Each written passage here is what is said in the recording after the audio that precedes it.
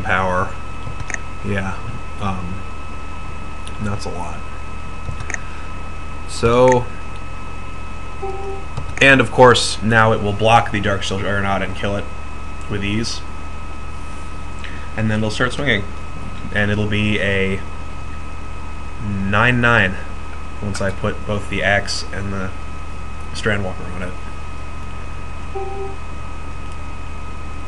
Okay, so now he does have Metalcraft, which is a bit annoying. We're at 18 cards in our library. So if this Silklaw hits us too many times, it could be a problem, but I'll be able to... I'll have enough mana to take the Strandwalker off the Juggernaut after it attacks and put it on something else so that it can block the Silklaw.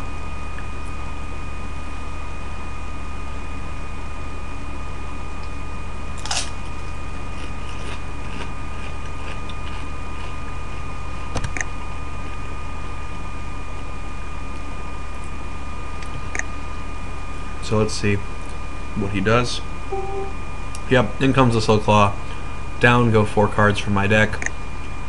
I'm still not in danger of being decked all the way to death. And I'm assuming he's going to proliferate another counter onto his Shriekhorn instead of just letting this guy die. So the milling is kind of getting to be worrisome here because he can remove 2 from my deck by sacking this guy to put a counter on it, and then he can also sack all of his other dudes to put counters on it, but that, I think that'll just be too slow. Once I have a 9/9 infect bashing him... Oh, and he didn't do it. That was a bad play. He missed his chance.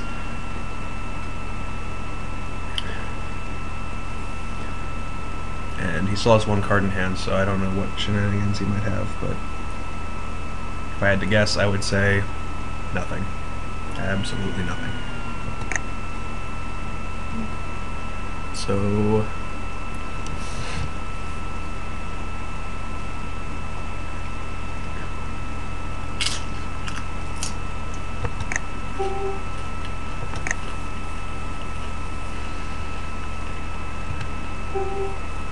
more land. The reason I'm playing out all these lands is because I want to be able to move my equips around as much as reasonably possible. So, tap 4, put this on that. Let's hope he doesn't have Steel Sabotage. That would be annoying. Nope. So, let's see, if I equip the axe, I will still have 4 mana remaining to move the Strandwalker back. So I think I'll do that. If I don't move the axe, I'll leave Unnatural mana up, but I don't see how that'll be relevant. Although, depending on how he blocks, if he just like chump blocks with something, say for instance the Slasher and Regenerate, then I can use Predation to just kill him dead, because he has 2 poison counters and the Trample will trample over for a lot. If he blocks with the Plague Maw Beast, that's the only way. If he only blocks with 1 creature and it's Plague Maw Beast, then I won't be able to kill him. But if he blocks with either of his other guys, it'll be just enough poison damage via the trampling. Okay, so yep, let's use Predation. Hope he doesn't have a counterspell or something. And there you go. Build your own Blightsteel Colossus.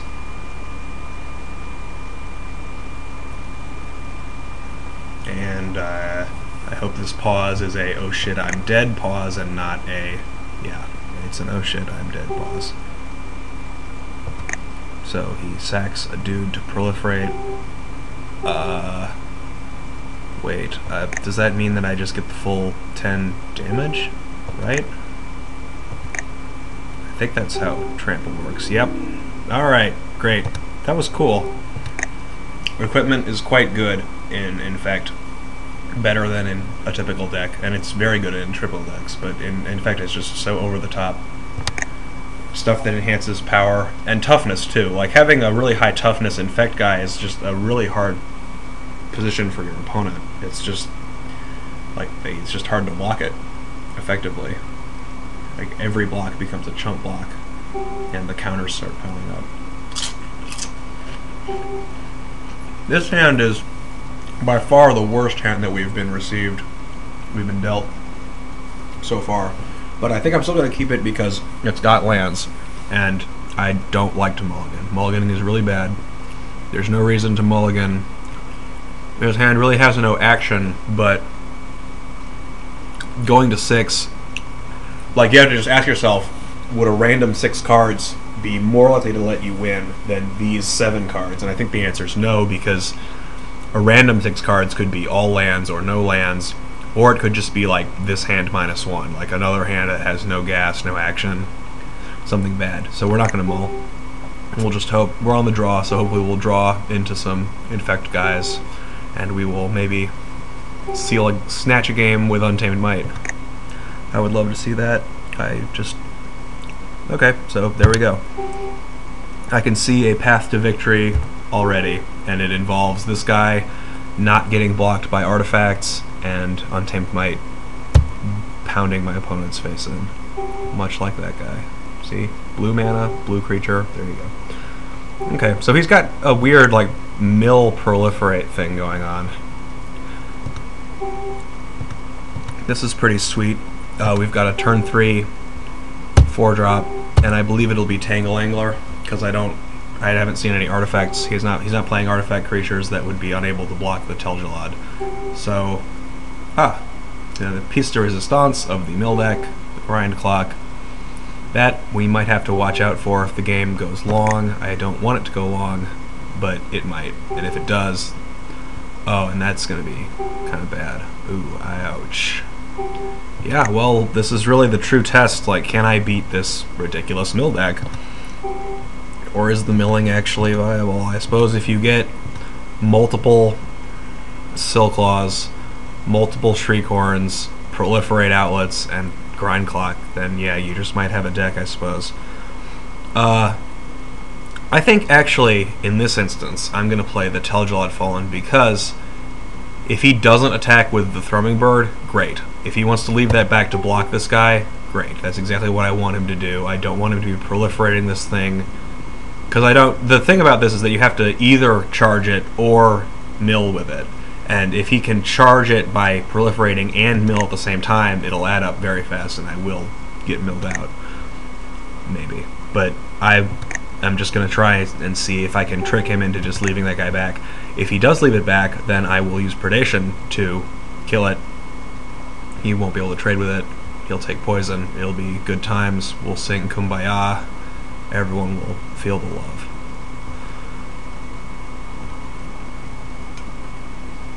So, let's see. If he just attacks, then that is also fine, I suppose.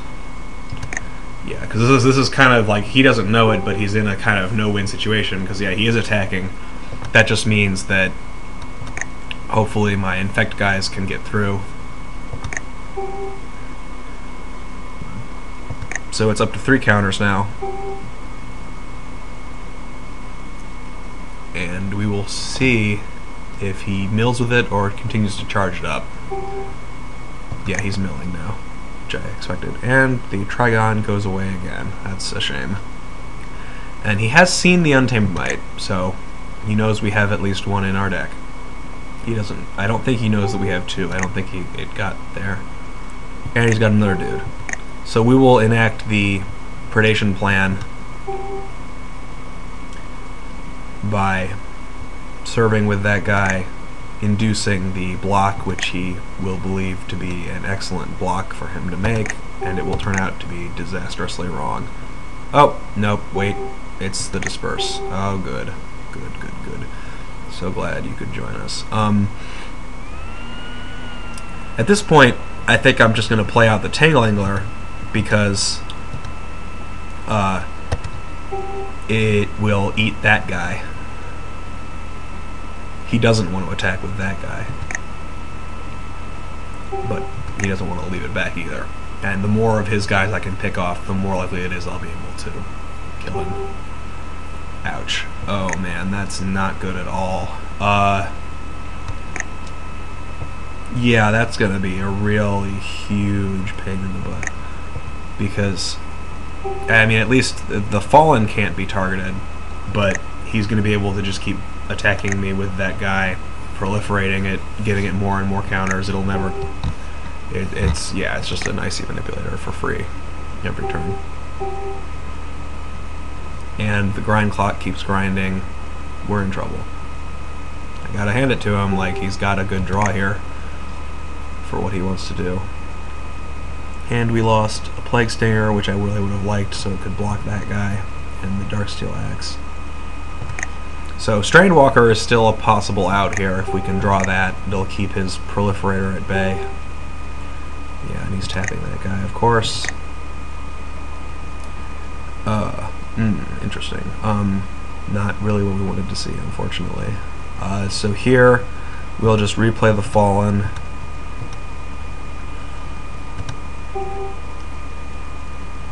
I don't like our chances, though, because once he gets another artifact, his stupid Tapper will be online again, and he'll just slow us down to the point where his milling will take over and win the game for him. We could go for another black mana as well.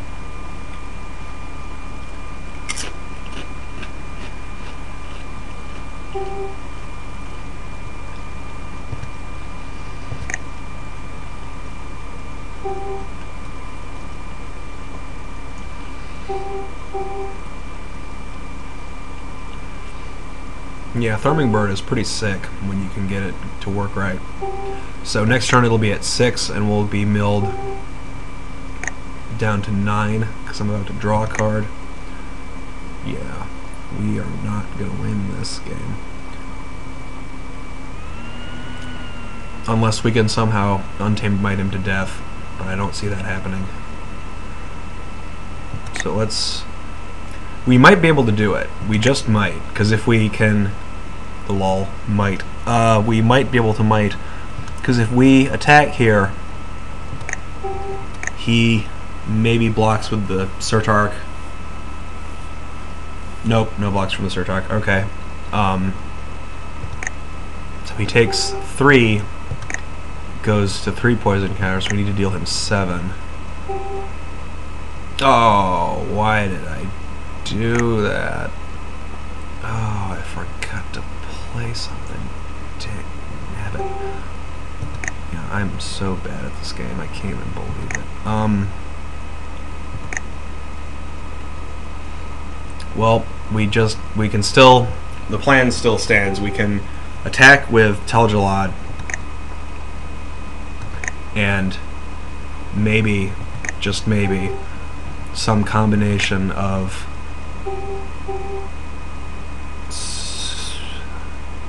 he can mill us down to 9. So we get one more turn. Now we're down to 8.